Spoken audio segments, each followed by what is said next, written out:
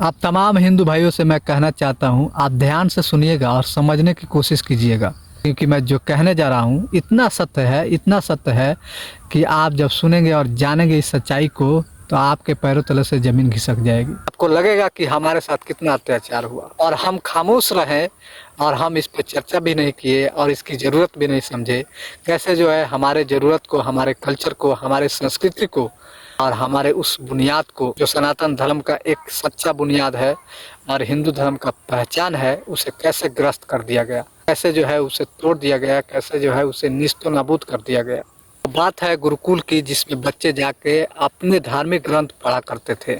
जैसे औरों के बच्चे जाके अपने धार्मिक ग्रंथ पढ़ते हैं, वैसे ही गुरुकुल में बच्चे जाके अपने धार्मिक ग्रंथ पढ़ा करते थे। धर्म के बारे में जानने की तो छोड़ो यार, हमें तो ये भी मालूम नहीं है कि हमारे धर्म में कितने ग्रंथ हैं, क्योंकि वो व्यवस्था ही नहीं है कि हम जाके अपने गुरुकुल में पढ़े और उस गुरुकुल में अपने धार्मिक ग्रंथ को पढ़े और जाने।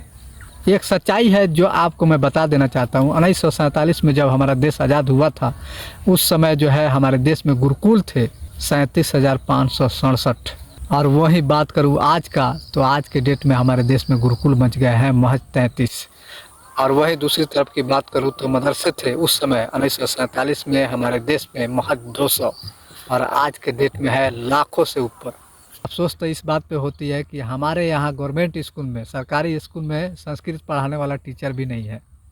कैसे रहेगा उस सरकारी स्कूल में संस्कृत का टीचर, क्योंकि संस्कृत का कोई मान्यता ही नहीं है। हाँ, उर्दू पढ़ाने वाले टीचर जो है बड़े आसानी से हमारे स्कूल में पाए जाते हैं, हमारे गवर्नमेंट के स्कूल में पाए जाते हैं, क्योंकि उर्दू पढ़ने वाले बच्चों की संख्या है, मगर संस्कृत पढ़ने वाले बच्चों की संख्या नहीं है। क्यों नहीं है, ये सवाल आप पर छोड़ता हूँ। और गुरुकुल क्यों नहीं है, और गुरुकुल के बारे में कोई बात नहीं करता, क्यों नहीं करता? क्या उसे वेद पढ़ने की ज़रूरत नहीं है?